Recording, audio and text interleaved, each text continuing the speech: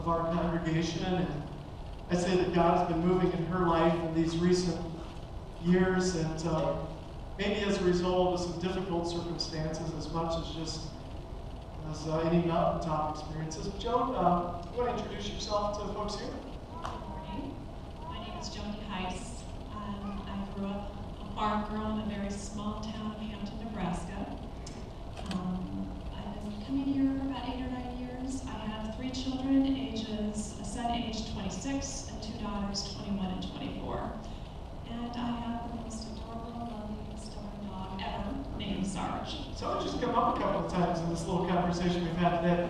Well, let's talk about your faith. I've seen your faith really growing. But where did it all get started? Tell us about the beginnings. My family attended church and Sunday school regularly. I grew up in a very small parochial school of 4 in my class. We moved here in 1985. Life was good. I had a beautiful home, car, great job. Everybody was healthy.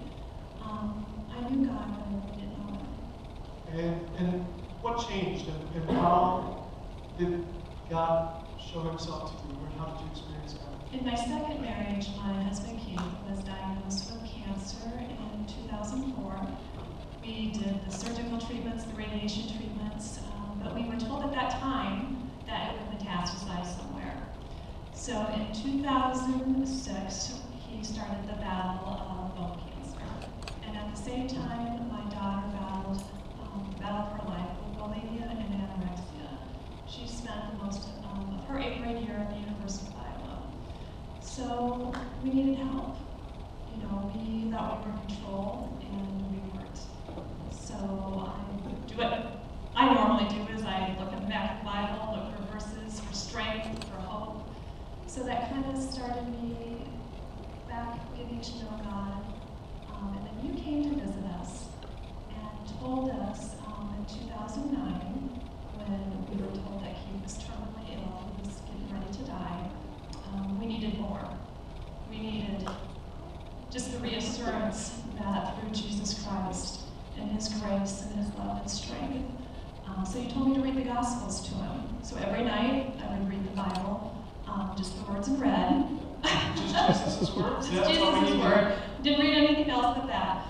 But I was so blessed and amazed at the transformation of peace that came to God, to Keith as he got to know Jesus, and the forgiveness and grace and the power of love. And one of the really cool things is that Keith came to profess Jesus as Lord and Savior before he died. What a beautiful thing that was to be part of this book. And like everybody else, I want to sign, is he going there?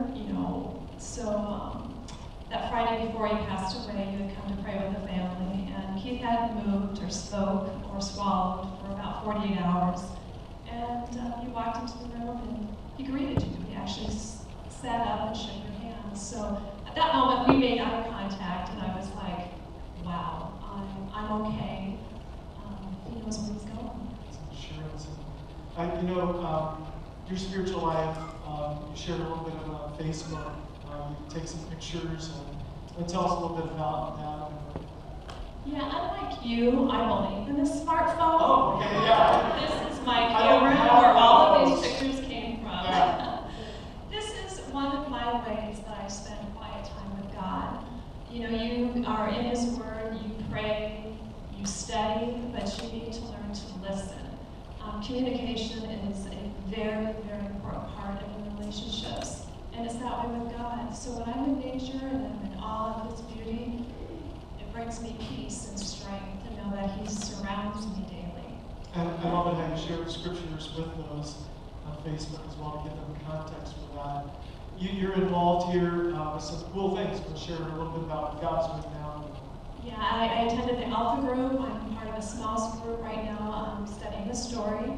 It's amazing when you get a group of people together, the power of prayer, studying, interaction. It's amazing to see what God does through other people and speaks through other people. I'm also part of the action team applying Christ's teachings in our neighborhoods. It's good to be in the Word, but when you listen to what God is saying, we are all blessed with the gift of sharing. And you need to use that gift to show God's love and compassion to others. So that's what the action team is getting out to our neighborhoods, not just in the surrounding areas, but everywhere that we can to show God's love. Well, let's we'll go on this and just before we close. Elijah, and I was telling you this last service, it didn't dawn on me until after the first service that You're a little slow. I am a little slow. All right, leave the funny stuff to me, okay? Don't give me a microphone then. Okay, but we were talking about, you are a widow, you're alone, and Elijah ministered to widows, and God showed up. And like Elijah, you're alone. And how does that resonate with you? What do you see similarities between yourself and Elijah? Well, it doesn't matter if you're a widow, divorced, or haven't started a relationship. Being alone can be very depressing and isolating. And I battled with that. I continue to battle with that daily. But like Elijah, God is ever present in my life. He speaks to me through the Bible, through others. And it's just amazing, the gift, the love letter that Jesus has written to us in the scriptures of forgiveness, grace, compassion. It carries you through daily. Thank you for sharing with us about that still small voice in your life. Would you say thank you to Joan for being here?